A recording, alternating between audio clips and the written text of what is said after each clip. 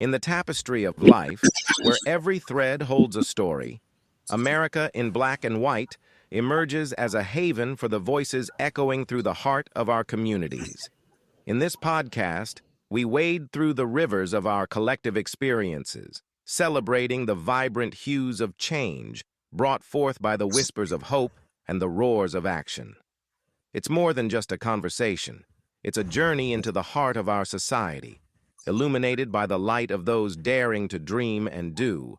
Join us, and let your voice be the melody that guides us toward a dawn where every color finds its place in the masterpiece of our shared destiny.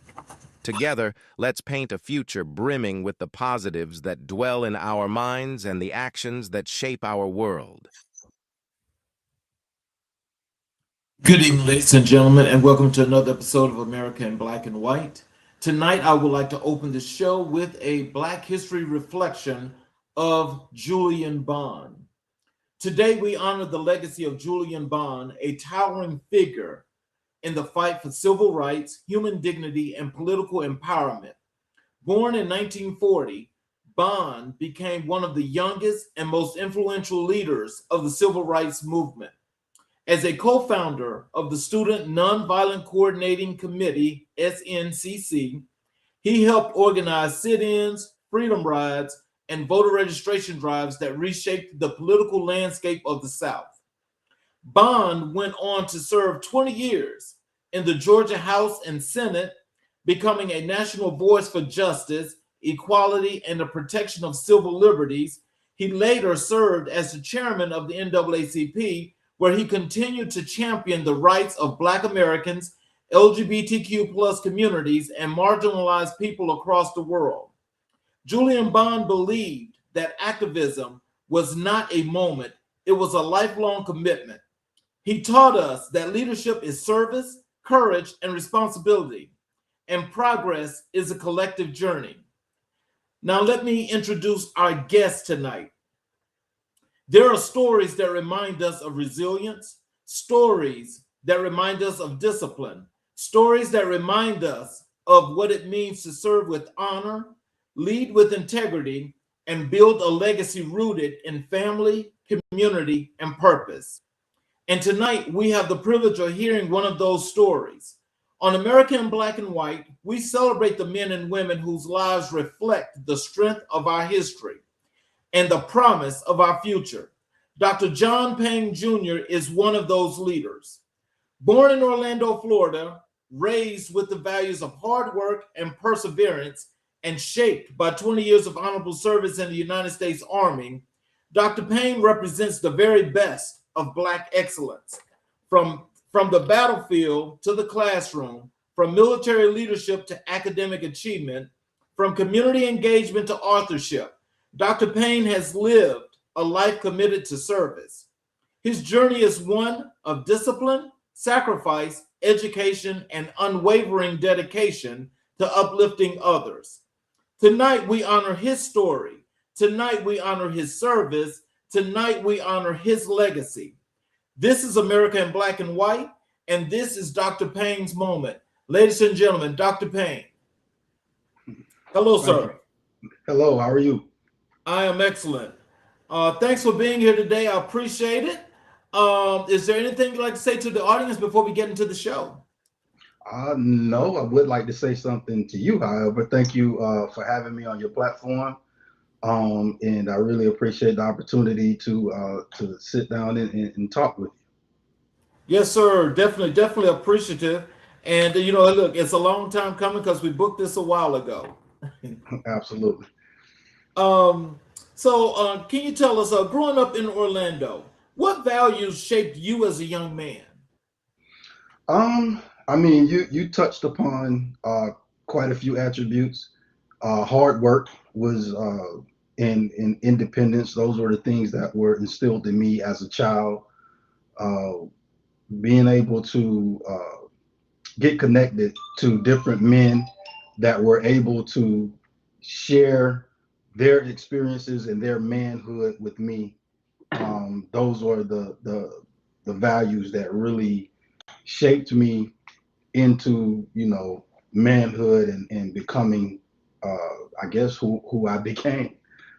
So yeah, so those were the things. Other people taking interest in me as a young man, as a child, definitely shaped my belief system, and I carry a lot of those attributes with me today.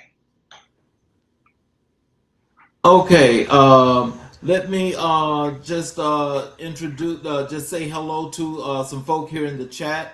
There's one here that's saying hello. I want to thank you for being here and watching the show, and I hope you enjoy. Um, and here's one here that's saying hi, sir. Thank you for being here as well. I hope you enjoy the show. And let me just get back here to the show. What do you remember most about your childhood and community? Well, at the age of 7, I found out that I was adopted. Oh, Um, wow. and so that had a huge impact on my life and the way I view the world, and my value and family.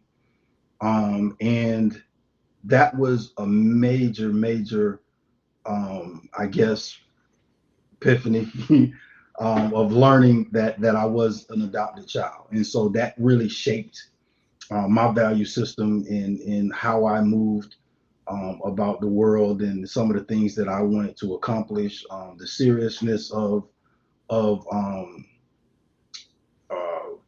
developing my manhood, pursuing things with a great deal of zeal, professionalism, and I adopted a sort of a can't lose mentality.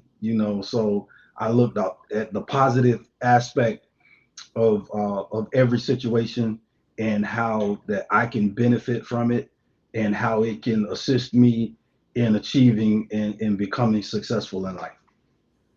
So, would you say that in learning that, and I'm assuming that this was at a latter part of your life, is that what made you be the strong person that you are today and the perseverance that you have? I guess that's where it came from. I can say that would probably be true.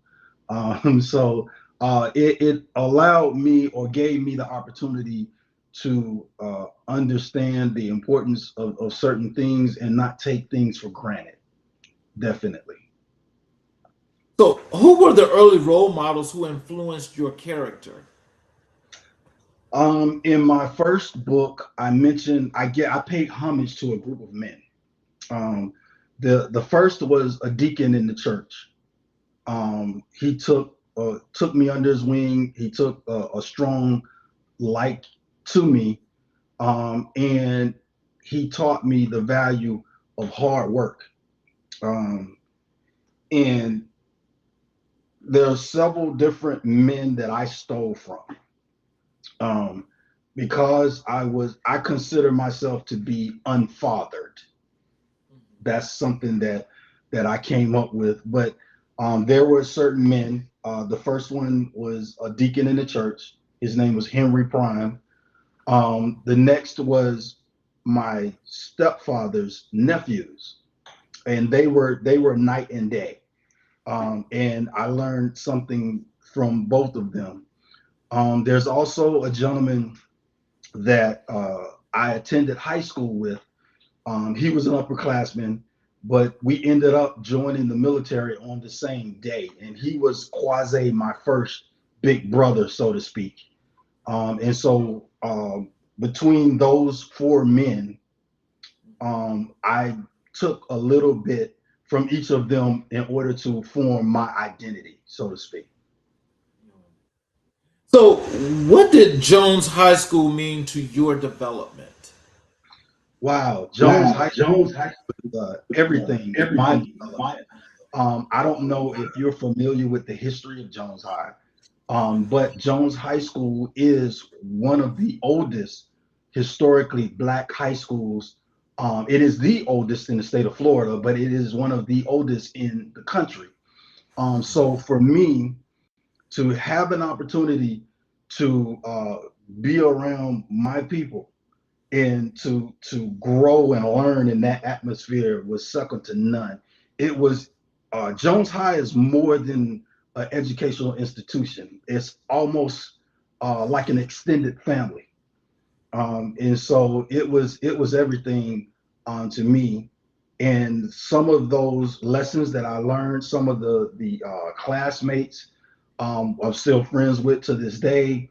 The atmosphere itself was something that I think is very hard to duplicate, and it was very instrumental in my upbringing, and it really shaped me as a black man.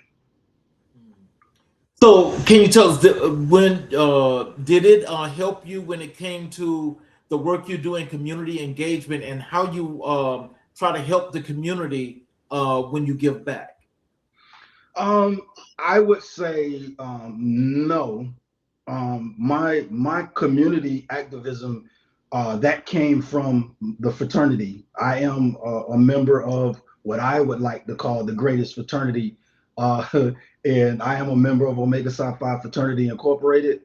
And once I became a member, that is when the community activism really took forefront, and I was able to participate, and I'm still able to participate in giving back to the community through a lot of different venues that the fraternity has to offer.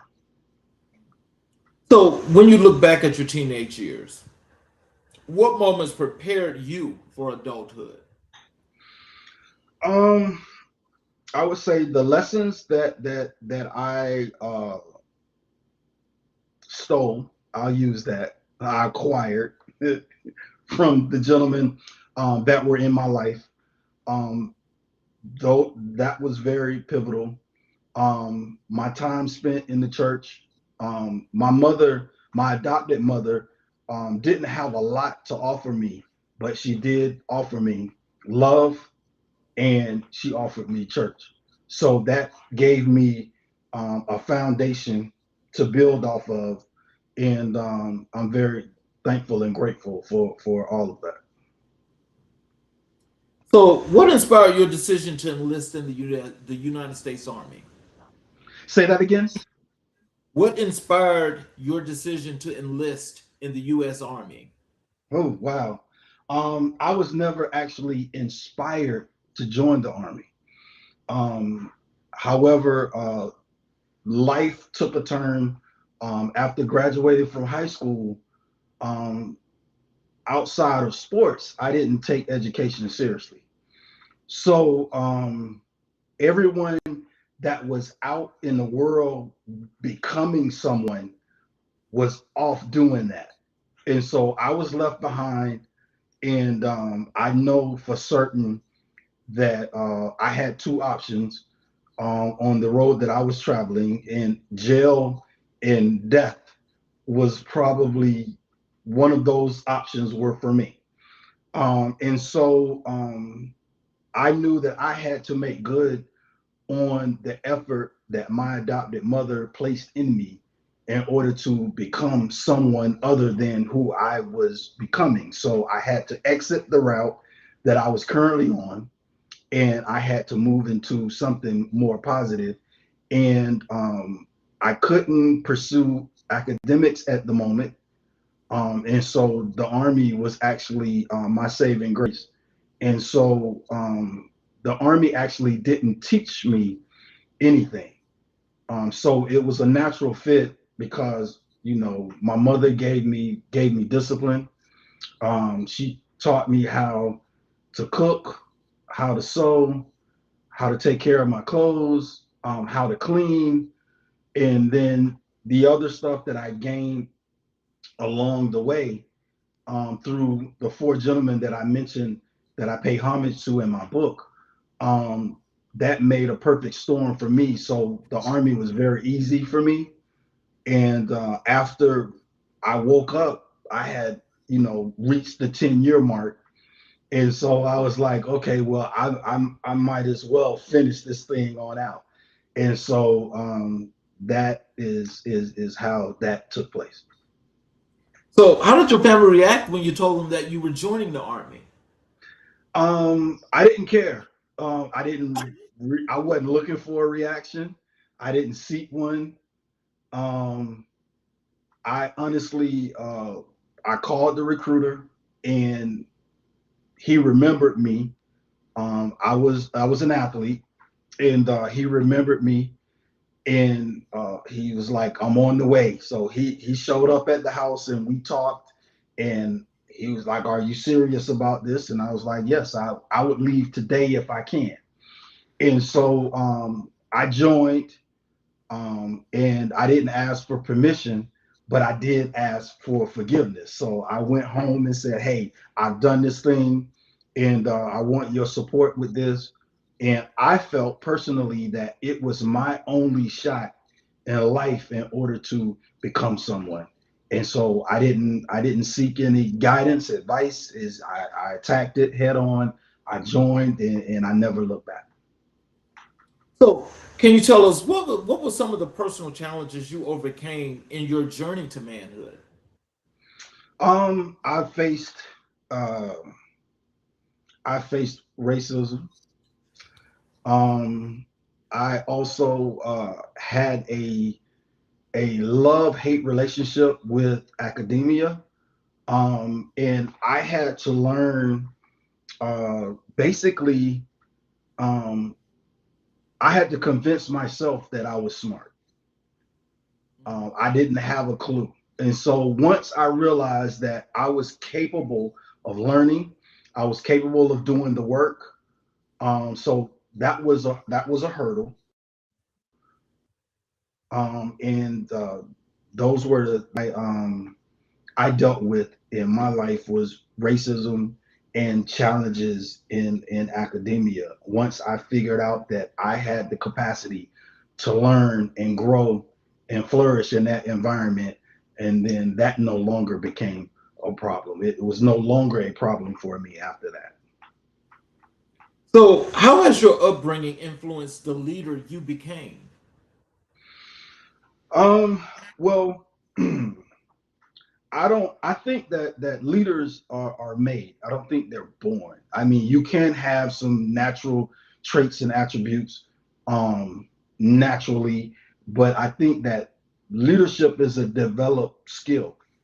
And so because I was ambition, because I was hungry and very ambitious, um I advanced relatively quickly in the army.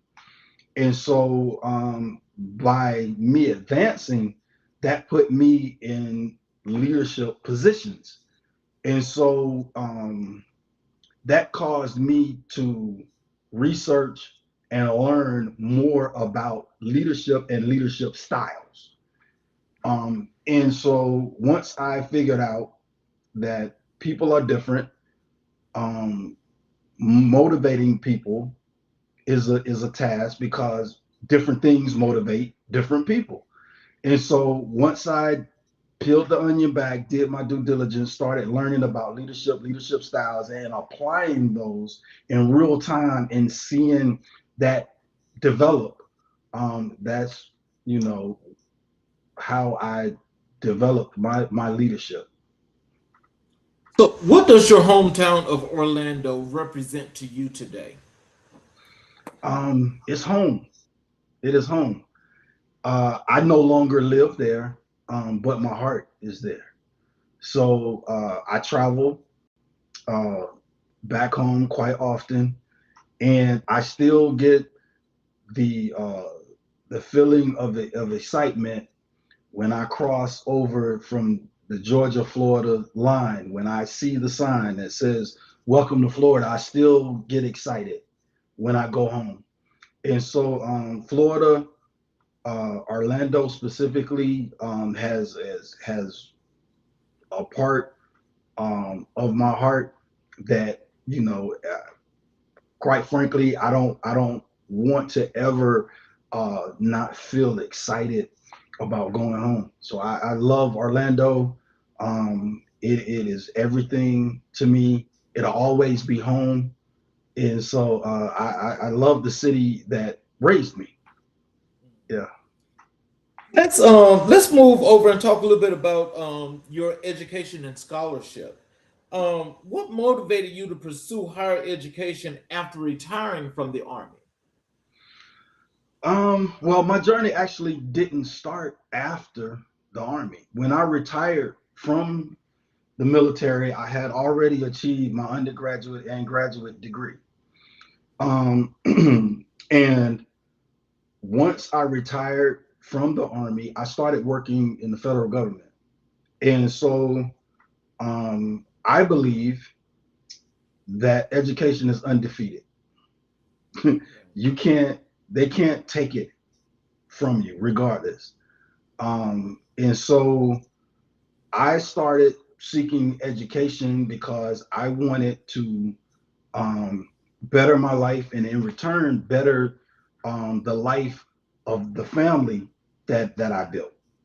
And so the key for me was to educate myself. And so that's what I set out to do. Um, I was my journey as far as a terminal degree started with North Carolina Chapel Hill. I was Okay. accepted into the Keenan Flagler School of Business. I don't know if you're familiar with that, but it is one of the number one business schools in the country. And while attending Chapel Hill, um, I received an email from the University of Miami. And so I ended up receiving a military scholarship. And I don't tell too many people this, but as a child, I always had a love for the University of Miami.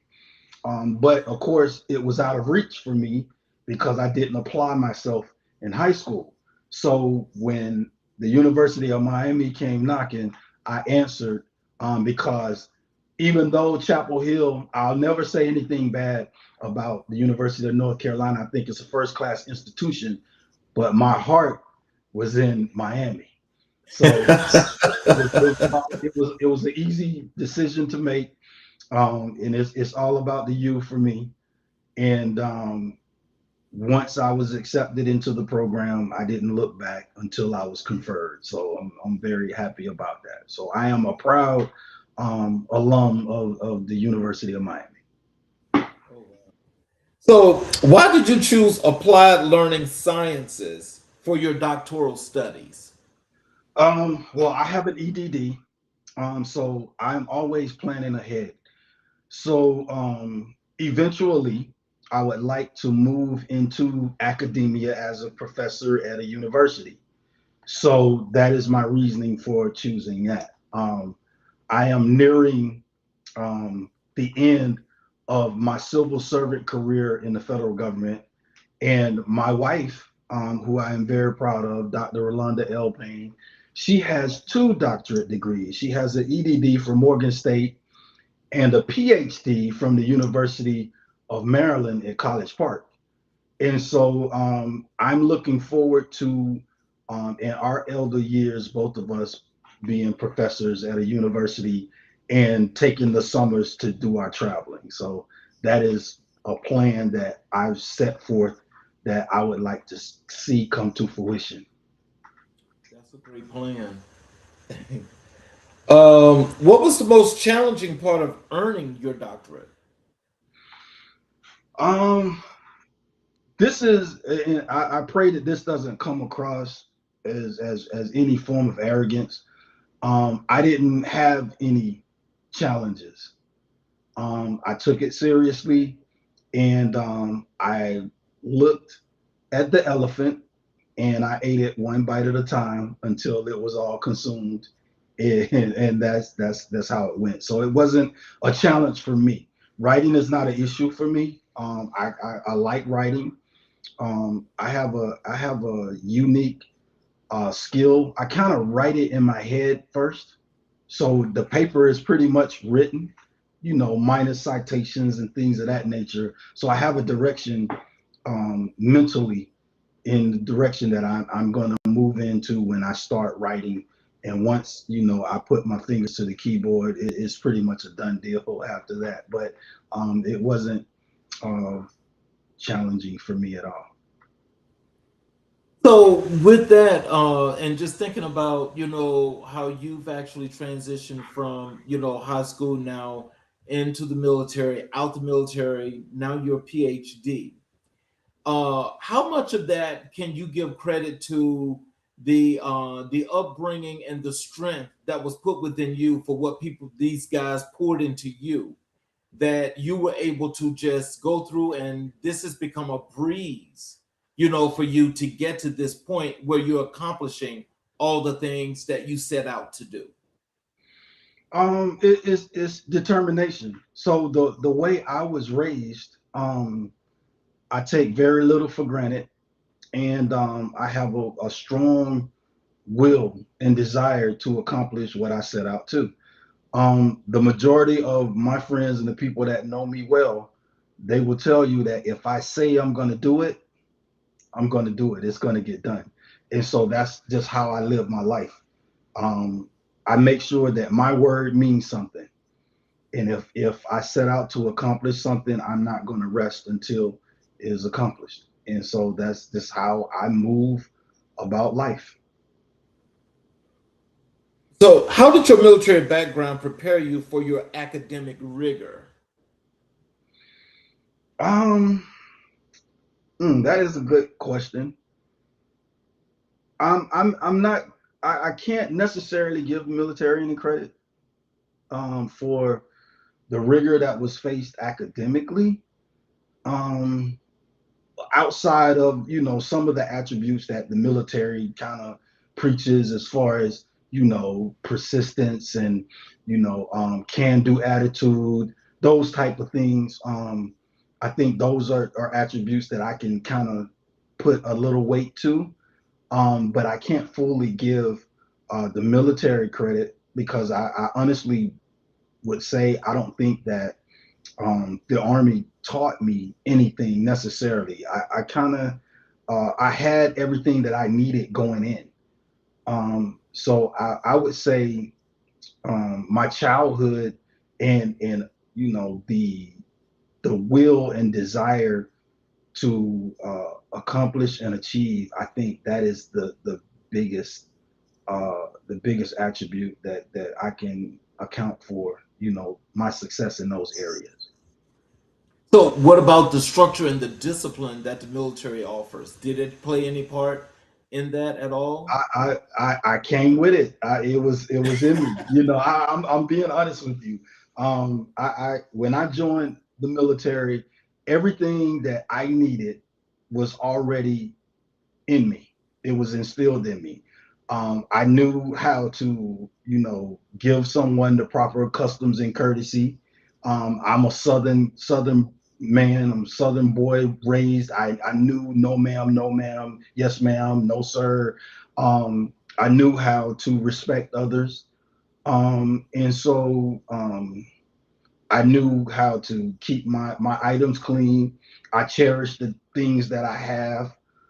So it didn't teach me anything. I came, it was all inclusive. I had what I needed to be successful in that environment. And I honestly believe that if you can be successful in that environment, you can be successful in any environment. And that opened my eyes to dealing with people, different races, creeds, colors, religions, backgrounds, socioeconomic backgrounds, so it gave me a look into the world. I had an opportunity to travel to different countries, have respect for their customs and courtesies in other countries. And so it was already in me. It was just a matter of applying those at the right time and utilizing persistence, and just not giving up and not quitting. So, what does being Dr. Payne mean to you and your family? Um, It means a lot to me because I'm the most unlikely suspect.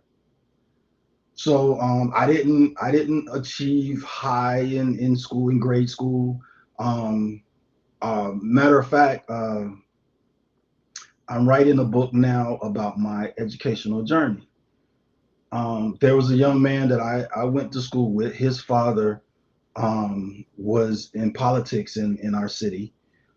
He had it all together. He was a class valedictorian. He had it all together. He knew what he wanted to become. He understood the college structure. He had the grades to back it up. He knew what institution he wanted to go to. I mean, he had it all together. That was not my story. I actually admire this gentleman.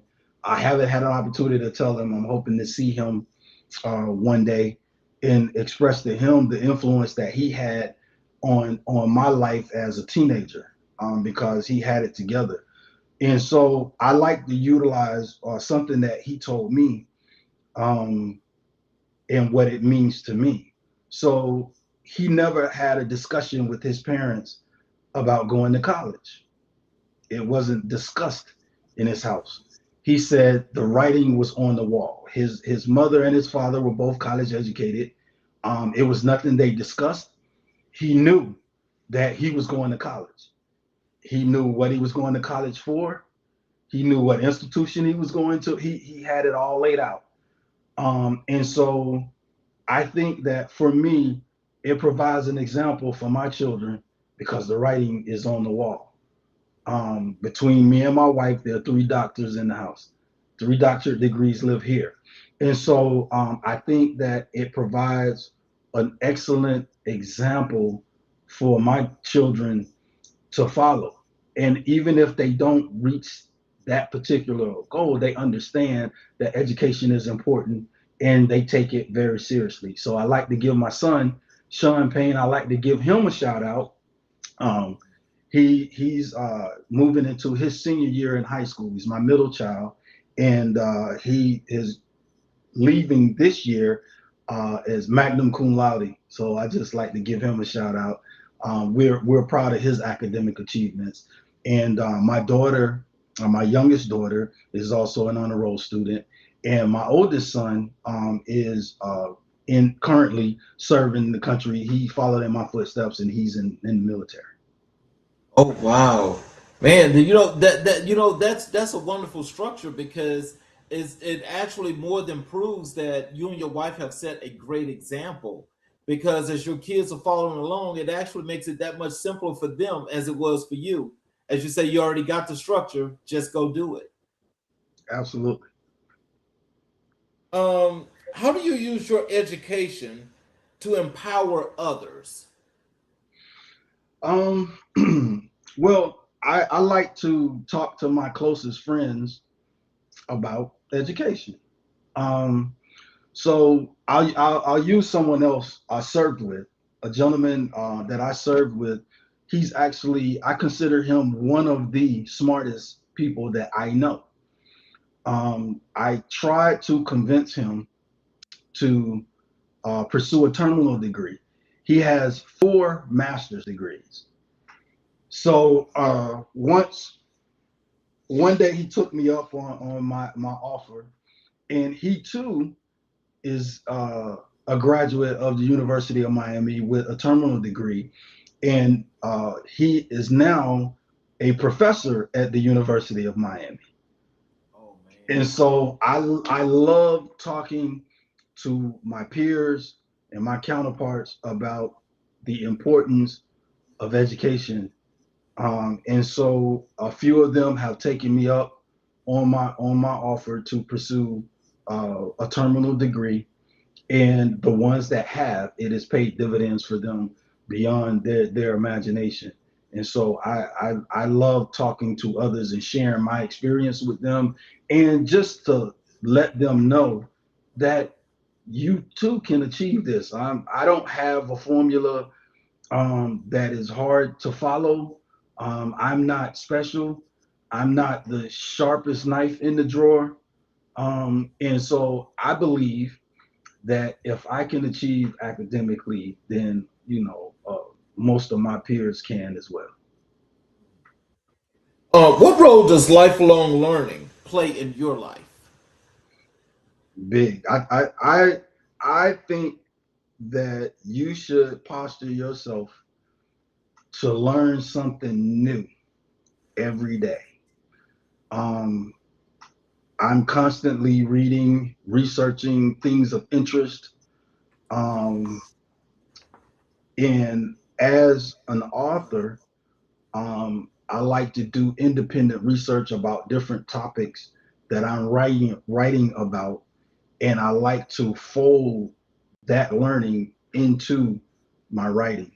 And so, yeah, very, very important. I think that you should always seek to learn. That's just me. I think if your mind is sharp and it's working, I think regardless of what age you become, if your mind is still sharp, you're still productive.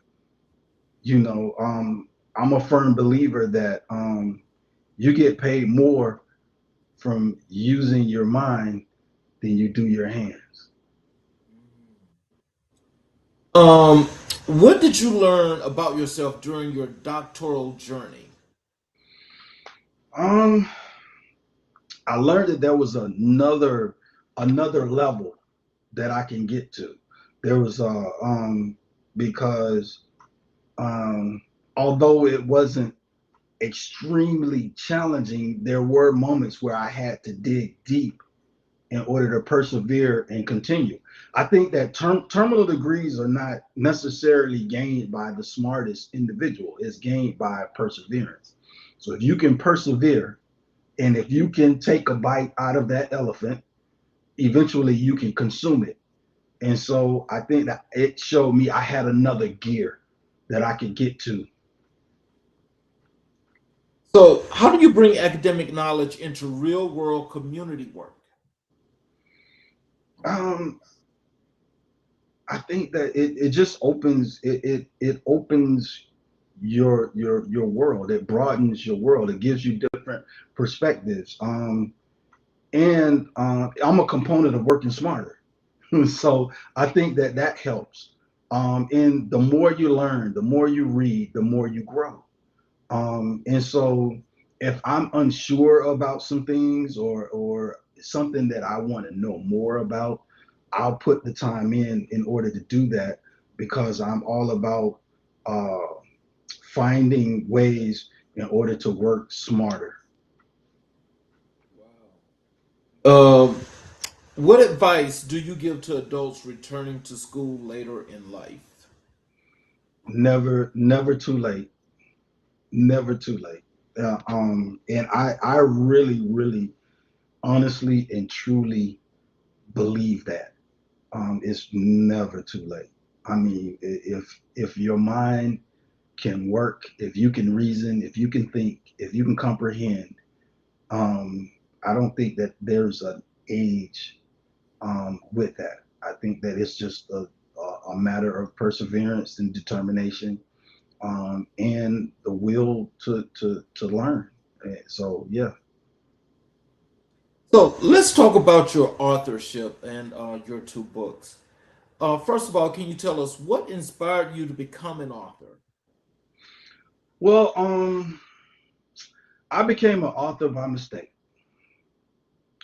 So I went on this journey to find my biological family. And I'm a proud father of three children. And I wanted to capture this information for my children. Um, so I started documenting my journey.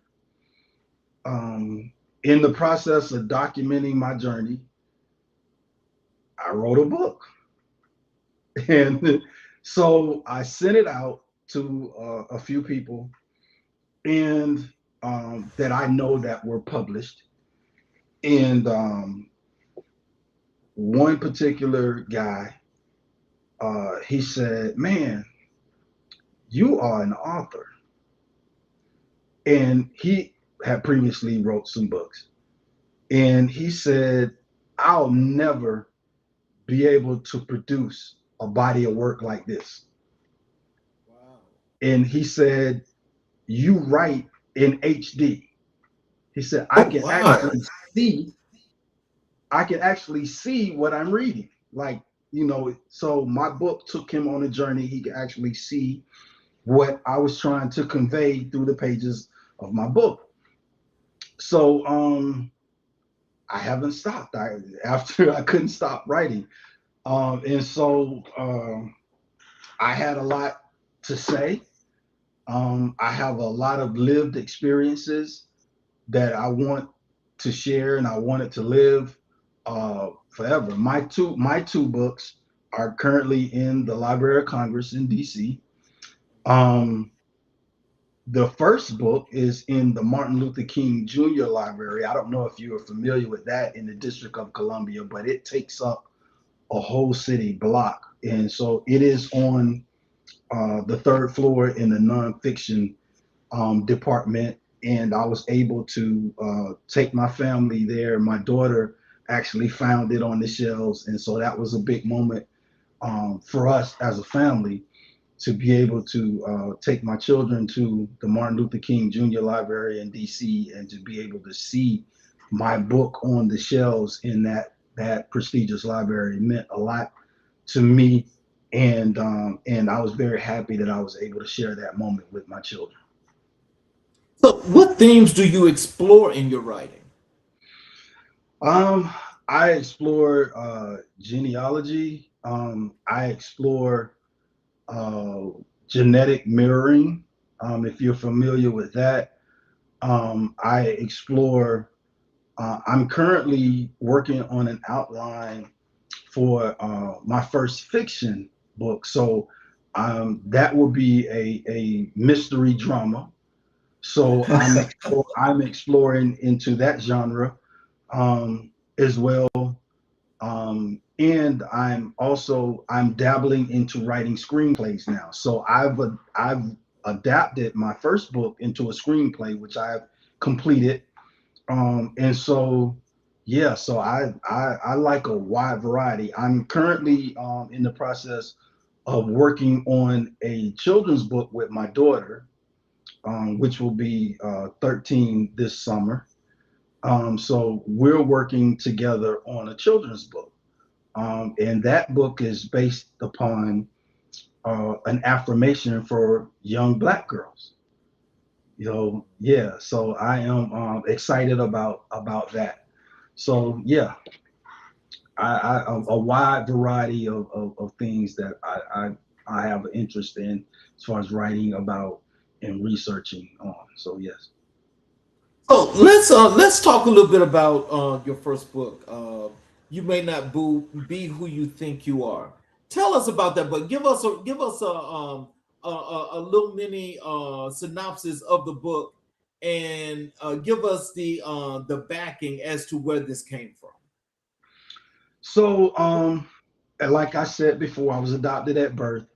And so as an adult, I decided that I wanted to find um, from whom I came, and work on Work on.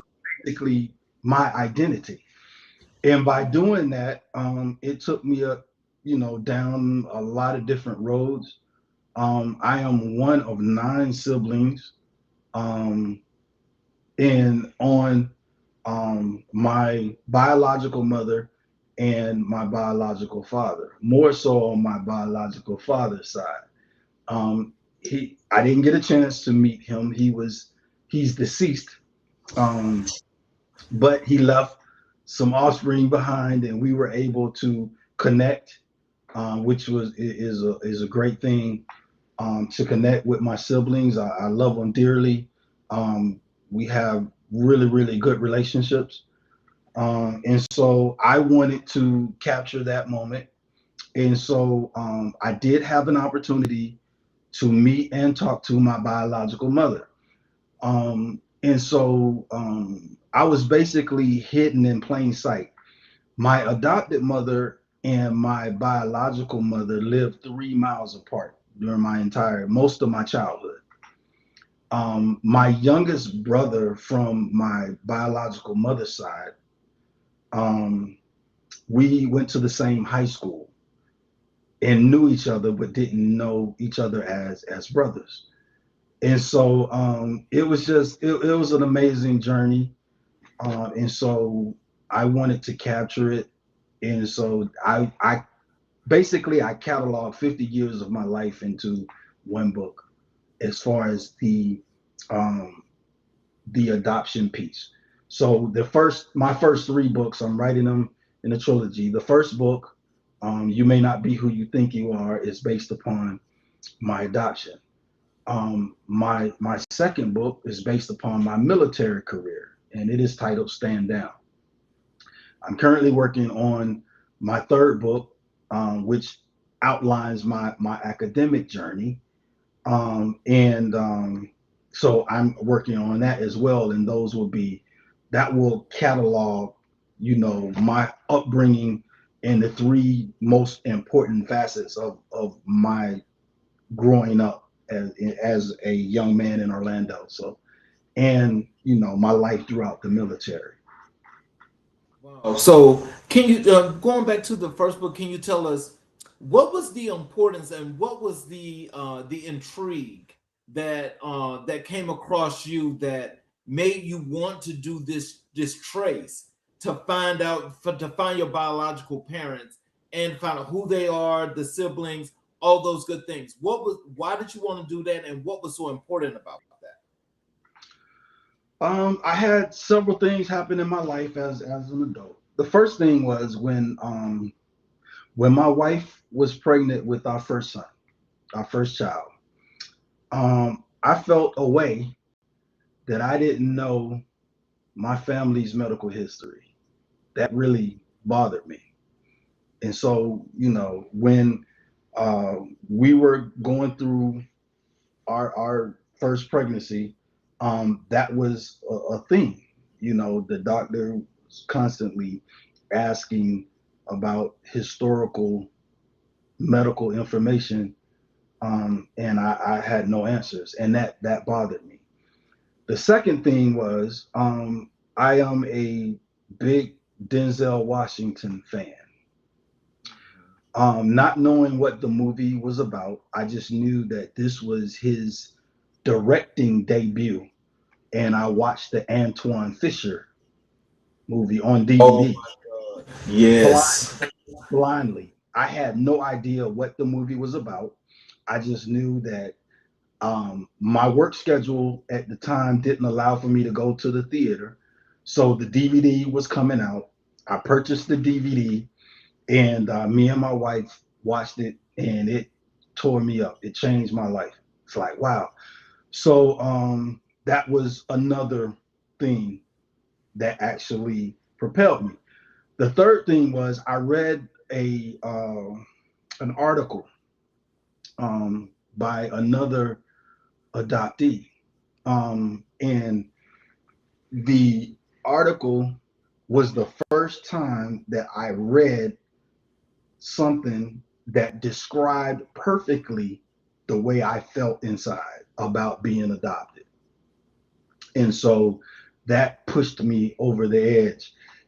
And so from then on, um, I started the pursuit to, find my lineage, and find out who I am and from whom I come from.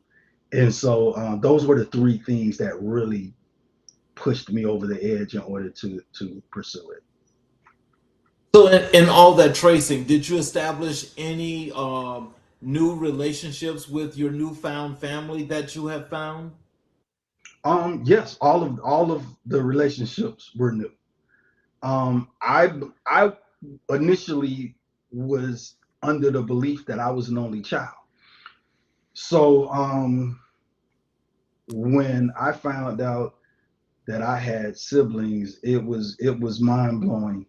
And so yes, all of the relationships are meaningful to me. And yeah, they all were new. And what's really dynamic about that is that many of them didn't feel new. It felt like they were always there. And so I think that genealogy is very, very powerful. I think that genetic mirroring is powerful, because up until that moment, I hadn't seen anyone that I resembled in life.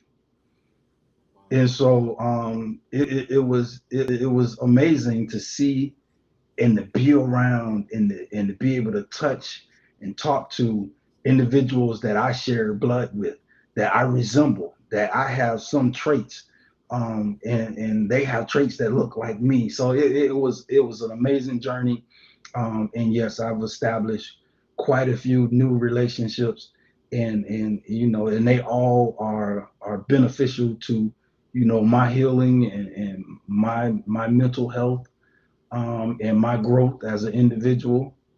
And yeah, it is an awesome experience. So anyone that's listening that knows someone that was adopted and they're apprehensive about it, because there are a lot of people that have fear, when it comes to, you know, finding, their biological families, and there's a lot of fear with that. And I would tell them, once, you find someone that you connect with on, you know, that sort of level, it is an awesome thing, and it's just, you know, you can't top it. So, how does your military experience influence your storytelling? I think a big A deal, big deal. because I had an opportunity to see the world differently. And so, I did 20 years in the army, and in those 20 years I had an opportunity to meet a lot of people and live in various different places. And so I think that it has a big influence, not only, well, it has a big influence on my life, so it's going to affect, my writing, how I see the world, and things I think are important, and, you know, things that I lend weight to because of it. So yes, plays a big role. So, what message do you hope readers take from your work? um Never give up. um and the book itself is not doom and gloom. There's some humor in there, and so I think that, growing up the way that I did, you find ways to entertain yourself. And so, I find humor, um, in a lot of different experiences. You know, being hindsight, being 2020, that, you know, some others may not find humor, but I can relay that in such a fashion where you could see, you know, the humor in between the lines. So yeah. Tell us about your writing process and how your creative thinking goes into this great work or these great works that you're doing, that you're producing. um I start with, the overarching story that I want to tell, and then I complete an outline, and then I start putting flesh to that outline. I flesh that out, and then I start writing. Um, but I don't necessarily write chronologically. Um, I may, feel comfortable writing about a certain topic today that may be further down the outline. And so, but it all comes together at the end. But, you know, I may jump around in the outline as far as what I'm going to write about in that particular time period, that I'm writing. So that is the method that I use. I figure out a topic that I want to write about. I do my research and due diligence. I complete my outline, uh, with notes included, and then I create a checklist according to that outline. And then I start writing, and then I may jump around from different parts of the outline until the manuscript is complete. Once the manuscript is complete, then I go into an editing process, and then I run it by a few individuals, send it out, get fillers. Hey, what you think about this, and so forth.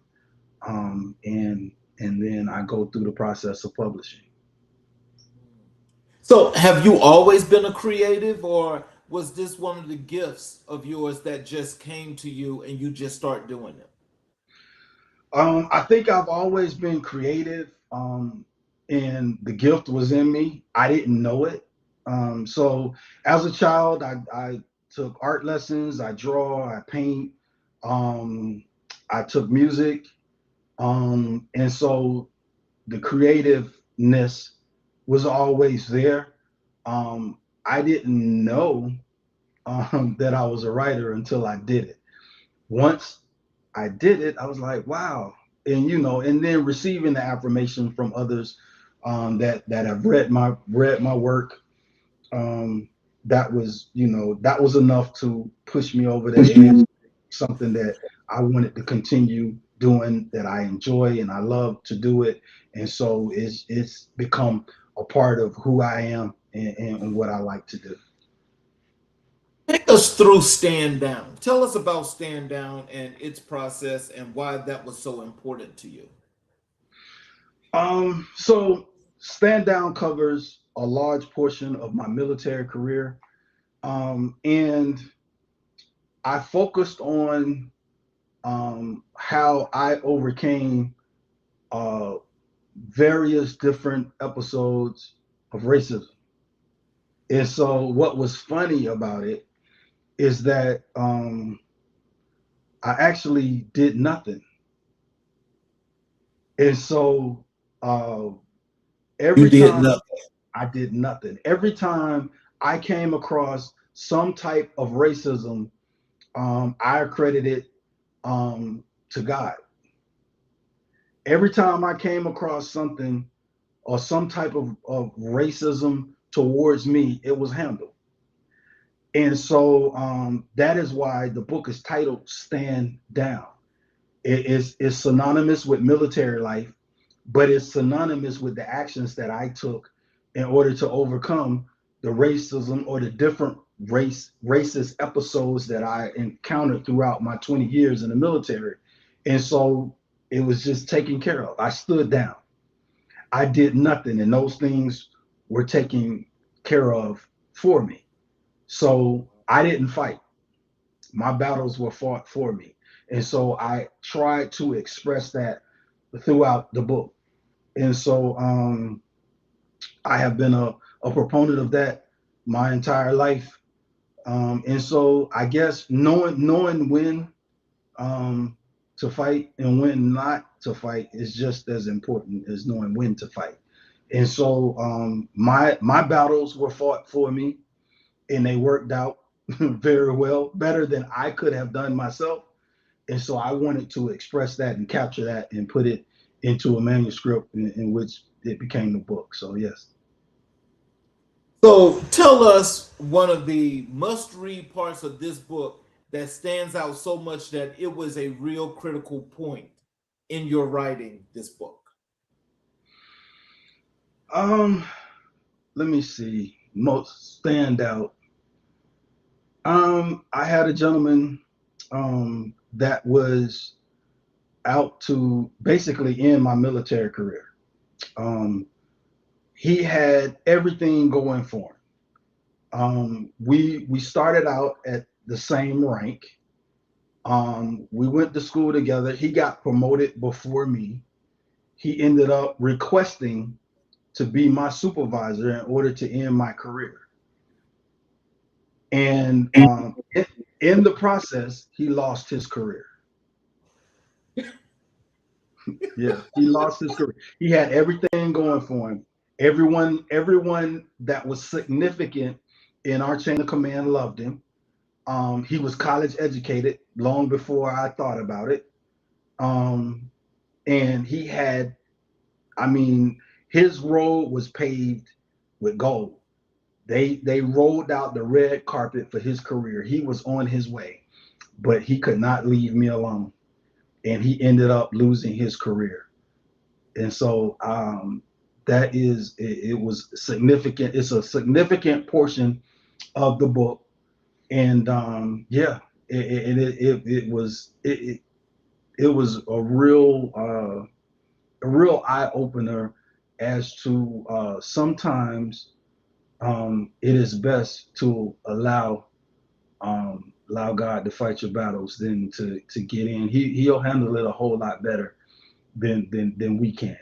And so I was fortunate that I could see my battles being fought for me in real time, and so I stood down.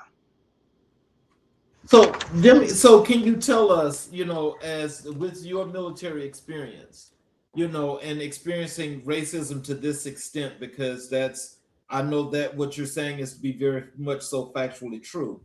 But for those that don't understand that, can you tell them what was that like for you? Um, so I hadn't experienced racism until I joined the military.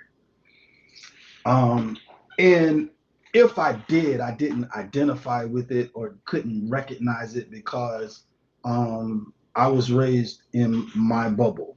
You know, I went to an all black high school. I lived in an all black neighborhood. So it was disheartening because it was a contradiction of um, the religious foundation that my mother had gave me. So she didn't teach hate, she taught love. And so I couldn't believe that there were people in this world that hated you simply because of the color of your skin. It was just amazing to me. So that part was very disheartening. Um, but it did teach me how to navigate the system, how to move in that environment. And so that part was helpful, but it was very disheartening. And so you find uh, your community in the military. You find your community. There are certain people that you are drawn to, that you connect with, that understand you, that have similarities, similar backgrounds, that come from, may come from a different state or city, but you share this common upbringing, so to speak, and value system and things of that nature. So that was very disheartening that there were actually people that really, dislike you for nothing. Ooh, yeah, they're there. So how do you balance personal truth with public storytelling? We're still about your writing. um, I'm a truth teller. So my goal when I write is never to bash anyone. Um, Never um, relay a message that belittles anyone in any type fashion. So I stick with the truth. During my editing process, if I find something that I think could possibly be offensive to someone or a group, I find ways to soften that or remove it all in general. So I like to stick with the truth. You can't do anything with the truth. It stands alone. You don't have to remember it. You don't have to alter it in any way. The truth is, it just is. And so that's my method. I like to stick with the truth. I try to refrain from over embellishing things and stick with the facts and write them as I see them and how they relate to the message that I'm trying to get out. What authors have influenced your voice? Um, wow, that's a good question. Um, I I have a gamut. My uncle influences me. I have an uncle, and I have quite a few. This is something that I discovered after I found my biological family. I have authors in the family. Um, so my uncle is an author. My oldest sister is an author. And so they were big influences because it was someone close to me that I share blood with, and that they were authors. So it was almost like I don't know. It was like it was in my blood, so to speak. But as far as other authors, um, the Toni Morrisons. I like leadership. I deal with uh, Maxwell, and some other authors of that nature. So I'm kind of all over the place, but those are helpful when it comes to writing, to be well-rounded and eclectic in what you're consuming. And so I think the more you read, the better writer you become. Um, what role does faith or spirituality play in your writing? Um, it plays a big role because I try to incorporate some of that in every book, and I try not to because I'm not a pastor or anything of that nature, so I try not to overwhelm with that. That's not the main purpose of my writing, but um, I like to show the God touch, especially in my nonfiction.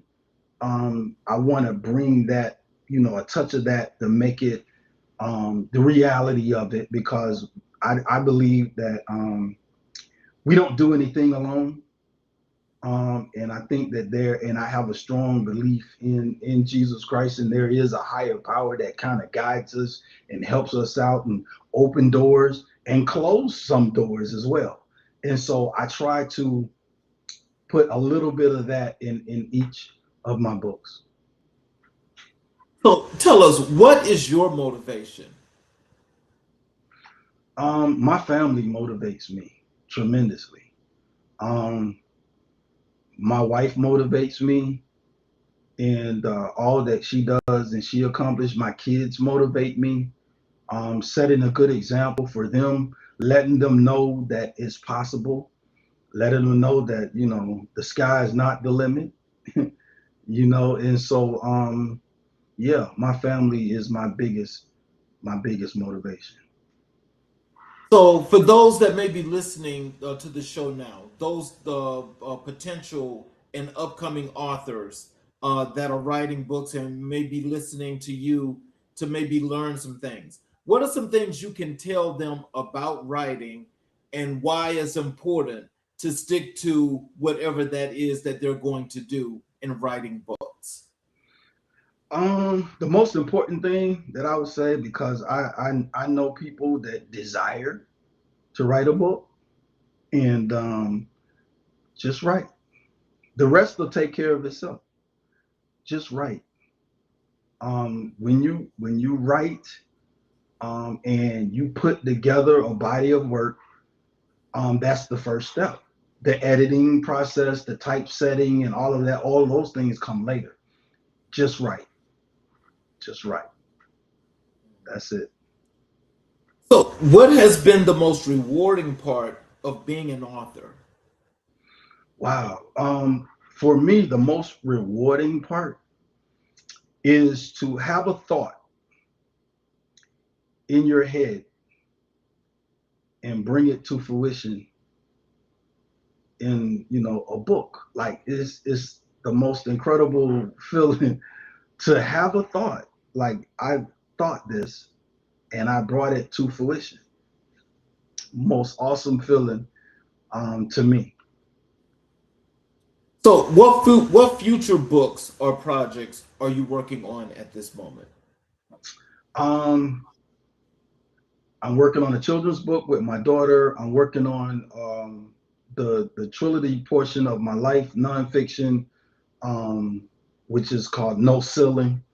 I've already started on that. My goal is to have it done by the end of the year.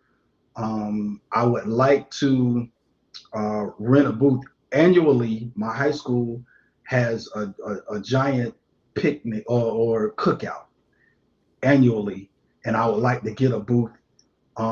My high school principal remembered me, and she wrote for the back panel of my third book.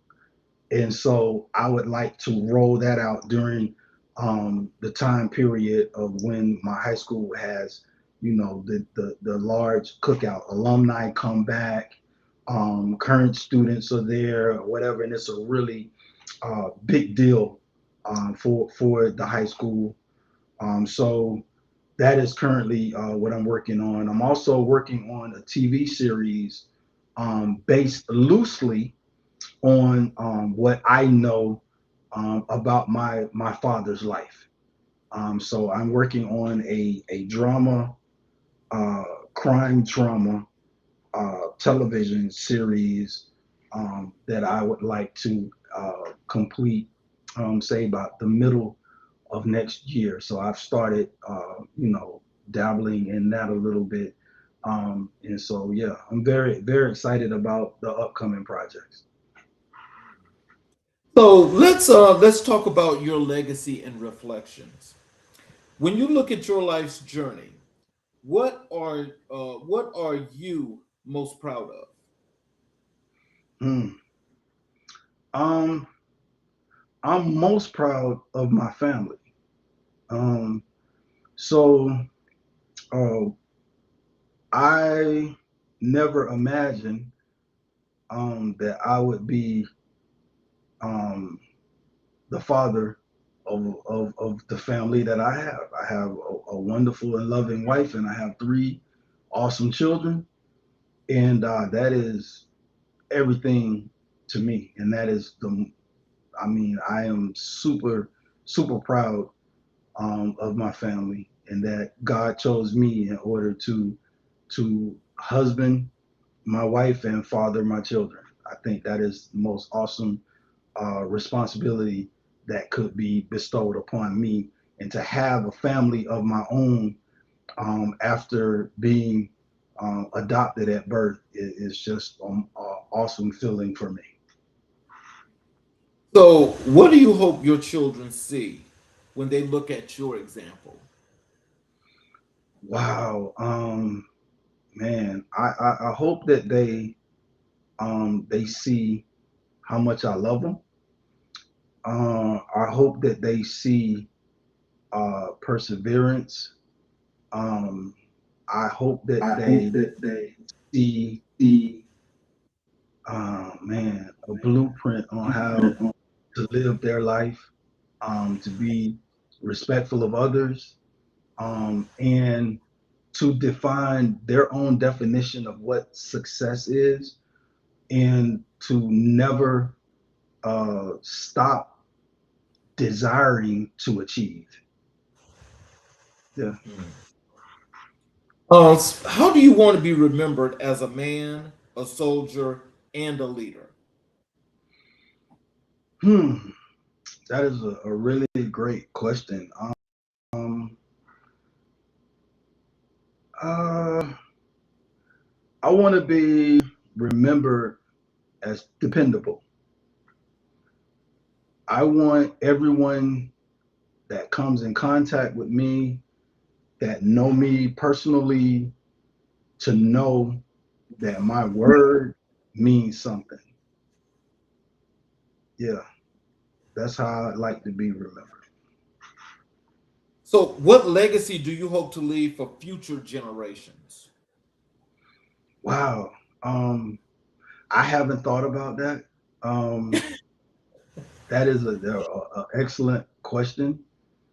Um, and wow, I really can't answer that. I don't know. I hope it's something very positive. And I pray that my work lives on forever, and that someone will pick it up and push it forward. Yeah. Well, I'll tell you what I see. I see it as the man that could. The man Thank- that could, because I mean, truly, as you just think about it, and as you were coming into your own, it's such an interesting journey because at each part, as you went up that ladder, there was always a peak and a spike at each step. And so at each one of those steps, it just shows that you were accomplishing and putting all the feathers in your cap as you kept walking up all those steps, and you're still walking. That's the thing. So that's a very high bar that you're setting. Yeah. I've been told. So, and finally, what does Black excellence mean to you today?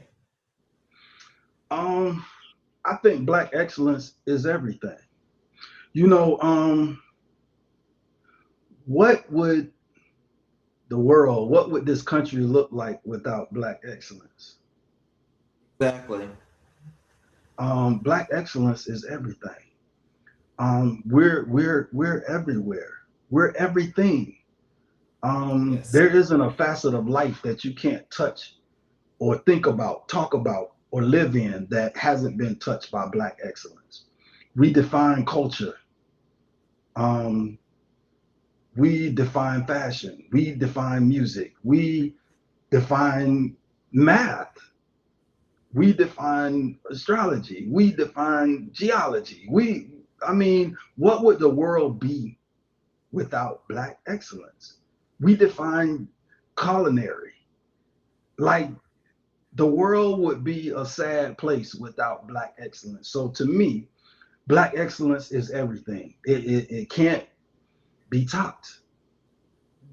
And so the world is better because of Black excellence. This country is better because of Black excellence. And so we exist, we thrive in any environment. We thrive.